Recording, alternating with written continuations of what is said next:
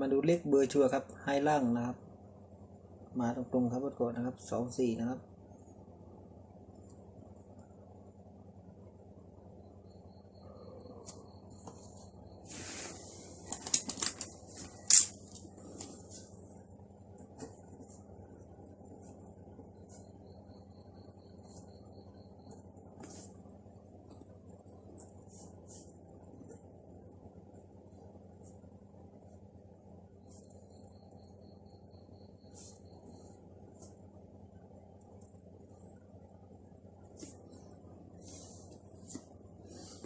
นะครับ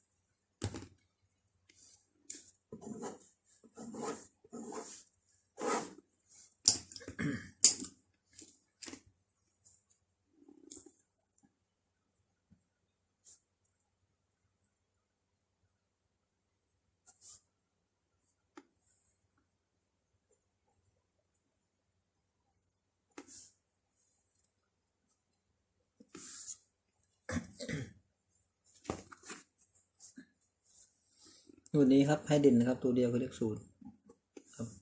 แล้ว2ตัวก็มี02ครับแล้วก็03